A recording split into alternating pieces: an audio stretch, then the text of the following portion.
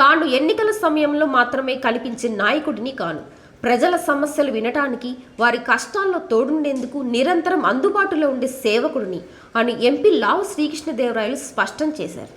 శనివారం నరసరావుపేట షాదీఖానాలో ముస్లిం welfare association ఆధ్వర్యంలో జరిగిన సామూహిక ఉచిత కట్న మహోత్సవానికి ఎంపీ ముఖ్య అతిథిగా హాజరయ్యారు.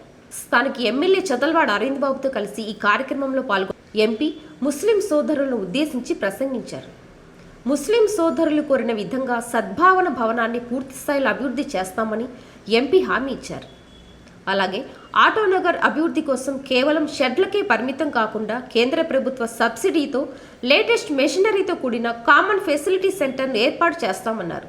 బడుగు బలహీన వర్గాల అభ్యున్నతి కోసం నరసరావుపేటకు కేంద్రీయ విద్యాలయాన్ని తీసుకొచ్చామని, ఈ ఏడాది నుండి అడ్మిషన్ల ప్రక్రియ మొదలవబోతున్నదని, అదేవిధంగా గతంలో నిలిచిపోయిన ఐఐటి కాలేజీ అభివృద్ధి పదంలో పెట్టి అవసరమైన సిబ్బంది నియామకానికి చొరవ చూపుతున్నామని, ఈ ఏడాది నుండి క్లాసులు ప్రారంభిస్తున్నామని తెలిపారు.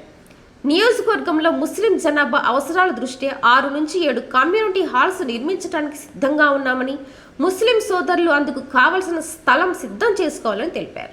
ఈరోజు ఈ కార్యక్రమానికి ఈరోజు ఇక్కడ పెట్టారు, మమ్మల్ని పిలిచారు అంటే పిలిచి ఈరోజు మైక్ ఇచ్చి మాట్లాడమంటా ఉన్నారంటే నేను ముఖ్యంగా రావడానికి కూడా కారణం ఏమిటి అంటే, ఏదో ఎలక్షన్ సమయంలో వచ్చాం మాట్లాడాము, మళ్ళీ ఎలక్షన్ సమయంలో మళ్ళీ వచ్చి మాట్లాడితే చెప్పినవి ఆ టైంలో చెప్పినవి మళ్ళీ గుర్తుండవు. ఇక్కడికి వస్తే మీరు ఒకసారి మమ్మల్ని అయ్యా నువ్వు ఆ రోజు చెప్పావు కొన్ని ఏం చేసావు అని అడిగే ఉంటుంది. మాకు కూడా మైండ్లో ఎక్కుద్ది అది, లేకపోతే మేము కూడా మర్చిపోతాము. మీరు కూడా నాకు గుర్తుంది మొన్న ఎలక్షన్ సమయంలో మీ అందరి దగ్గరికి వచ్చినప్పుడు సార్ మమ్మల్ని మీరు పిలవలేదు ఎక్కువ సార్లు అని చెప్పి మీరు కోవటం కూడా జరిగింది. నేను చెప్తా ఉన్నా మీరావాలి గారికి కూడా, అయ్యా మీరావాలి గారు మీ ఇంట్లో పెట్టండి, కనీసం 2 నెలలకు ఒకసారి 3 నెలలకు ఒకసారి పెట్టండి, వాళ్ళతో కలుద్దాం మాట్లాడదామని చెప్పి. ఎందుకు అంటే మళ్ళీ ఎలక్షన్ టైంకి వచ్చేటప్పటికి మనం ఏం చేశాము, మీ అందరితో కలిసి చేశామా లేదా, మీరు ఏదైతే మా వైపు నుంచి ఎమ్మెల్యే గారి వైపు నుంచి మా వైపు నుంచి కూడా కోరుకున్నది ఏదైతే ఉందో అది మనం సాధించుకోగలిగామా లేదా అనేది ఒక్కసారిగా 5 సంవత్సరాలు అయిపోయిన తర్వాత మళ్ళీ మాట్లాడుకుంటే అవదు. రెగ్యులర్గా కలిసి మాట్లాడుకుంటే మీరు మీ వైపు నుంచి ఏదో ఆలోచిస్తూ ఉన్నారు, ఏదో చెప్పదలుచుకున్నారు మీరు కూడా చెప్పొచ్చు. అలాగే మేము చేస్తున్నది ఏంటి, ఎక్కడ దాకా వచ్చింది, చేసిన పని ఎక్కడ దాకా వచ్చిందని మేము కూడా వివరించే అవకాశం ఉంటుంది. దాని గురించే ఈరోజు ఈ కార్యక్రమంలో ముఖ్యంగా పాల్గొనడానికి రావడం జరిగింది. ముస్లిం సమాజం అంతా కూడా ఒక దగ్గర కూర్చోవడానికి, ఒక కార్యక్రమం చేసుకోవడానికి అనేది ఒక ప్రదేశం అనేది, ఒక హాల్ అనేది మాకు కావాలి, అది ఉంటే బాగుంటుందని నేను చెప్పి కోరుతా ఉన్నారు. దానికి సంబంధించి చాలామంది మాట్లాడుతూ ఒకటి చేయమని చెప్పి ఇక్కడ ఉన్నదాన్ని అభివృద్ధి చేయడానికి మనం ప్రయత్నిద్దాం. దీంతో భాగంగా సద్భావన భవన్ ఏదైతే ఉందో అది కలెక్టర్ గారితో మాట్లాడే బాధ్యత మా ఎదురు తీసుకుంటాము. దాన్ని పూర్తి స్థాయిలో అభివృద్ధి చేసి అందరికీ అందుబాటులో వచ్చే పరిస్థితికి ఈ సంవత్సరం లోపలే తీసుకొస్తామని చెప్పి మీ అందరు కూడా తెలియజేసుకుంటా ఉన్నాం. రెండవది ఆటోనగర్ సంబంధించి ఇప్పటికే నేను ఎమ్మెల్యే గారితో చర్చించడం జరిగింది.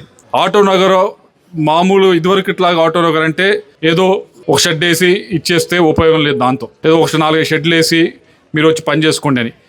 దీన్ని సక్సెస్ అవ్వాలి అంటే, దీనివల్ల ఉపయోగం ఉండాలి అంటే కామన్ ఫెసిలిటీ సెంటర్ అని చెప్పి సెంట్రల్ గవర్నమెంట్ వారు దీనికి సబ్సిడీ కింద ఇస్తూ ఉన్నారు. దానికి ఇప్పటికే చెప్పాను సార్, కొద్దిగా ముస్లిమ్స్లో ఎవరైతే ఉన్నారో ఈ మోటార్ వర్క్ చేస్తూ ఉన్నారో వాళ్ళని ఒకసారి కూర్చోబెట్టి వారిని కూడా కొద్దిగా దీంట్లో ఒక అడుగు వేసి ముందుకు వేసి వారిని కూడా కొద్దిగా ఇన్వెస్ట్ చేయమని చెప్పండి. నేను కూడా సెంట్రల్ గవర్నమెంట్ డబ్బులు తీసుకొని వచ్చి మనం చేద్దామని చెప్పడం జరిగింది. దాంతో ఏమొస్తుందంటే కామన్ ఫెసిలిటీ సెంటర్లో ఏదైతే మీకు కావాల్సిన పనిముట్లు ఉన్నాయో అవన్నీ కూడా అక్కడ ఎస్టాబ్లిష్ చేస్తారు. ఇప్పుడు సిఎన్సీ మెషిన్స్ కానీ ఇలాంటివి మీకు కావాలి. కేవలం ఆటోనగర్ అంటే టైర్ మార్చడం, టైర్ వేయటం, పంచర్ కాదు కదా. దాన్ని ఏమైనా ఇంప్రూవ్ చేయాలన్నా కూడా దానికి సంబంధించిన పనిముట్లు అన్నీ కూడా కావాలి. పనిముట్లు అంటే ఇదివరకు పనిముట్లు 20 సంవత్సరాల క్రితం ఉన్న పనిముట్లు మాట్లాడితే ఎవరికి ఆదాయం రాదు, ఎవరికి పని దొరకదు. ఈరోజు కావాల్సినవి, ఈరోజు వాహనాలకు కావాల్సినవి, ఈరోజు సంబంధించిన వాటికి కావాల్సినవి అక్కడ ఎస్టాబ్లిష్ చేస్తే తప్పించి ఆటోనగర్ అనేది సక్సెస్ఫుల్ అవుతుంది. ఏదో ఆటోనగర్ ఒక 20 ఎకరాల ఆటోనగర్ ఇచ్చాము, ఒక షెడ్ వేసి దాన్ని 10 మందికి డివైడ్ చేసి ఇచ్చాము అంటే దాని మీద ఏదో 1000-2000 రెంట్ తీసుకున్నామంటే ఉపయోగం లేదు. దాంతో మీరు ఎప్పుడైతే 20 మందో 30 మందో వచ్చి మమ్మల్ని కలుస్తారో, ఇది కూడా మేము 20 మంది కూడా దీనిలో పాల్గొనడానికి ముందుకు వస్తా ఉన్నారండి. తప్పకుండా నేను ఆ కామన్ ఫెసిలిటీ సెంటర్ ఎస్టాబ్లిష్ చేయడానికి నేను బాధ్యత తీసుకుని ఎస్టాబ్లిష్ చేస్తానని చెప్పి అందరూ తెలియజేసుకుంటాను. మూడవది, ఈ 2 సంవత్సరాలు ఏం చేశారనేది మీ ప్రశ్న. ఒకటి, సరే ఇవన్నీ కబుర్లు చెప్తా ఉన్నావు, బాగానే చేయబోతున్నావు, అది చేయబోతాను, ఈ 2 సంవత్సరాలు ఏం చేశారని మీ ప్రశ్న ఉంది. దాంట్లో మొదటిది ఏదైతే మనకి కేంద్రీయ విద్యాలయం ఉందో, కేంద్రీయ విద్యాలయం అనేది మనం ఇక్కడ స్థాపించుకుంటున్నాము. దానికి కేంద్రీయ విద్యాలయాలు స్థాపించుకుంటే నాకేం వస్తుందని మీ ప్రశ్న. అక్కడ ఎవరైతే స్టూడెంట్స్ చేరాలనుకుంటా ఉన్నారో అది మనం ఎవరికైతే కొద్దిగా ఉపయోగకరంగా ఉంటుందో, కొద్దిగా బలహీనంగా ఉన్నారో, బలహీనంగా ఉన్నారో, కొద్దిగా ఇబ్బంది పడుతూ ఉన్నారో ఆర్థికంగా, వారిని మనం అక్కడ ఈరోజు చేర్పించేదానికి అవకాశం ఉంది. దానికి కొద్దిగా మీ ఎమ్మెల్యే గారితో మీరు కోఆర్డినేట్ చేసుకొని మీరే మీ పిల్లల్ని ఎక్కువ మంది చేర్పించుకుంటారు, దానికి ఏం ప్రాబ్లం లేదు. ఆర్థికంగా మీకు కొద్దిగా వెసులుబాటు ఉంటుంది. మంచి ఇన్స్టిట్యూట్ అది. దానికి క్లాసెస్ స్టార్ట్ చేస్తున్నాం ఇయర్.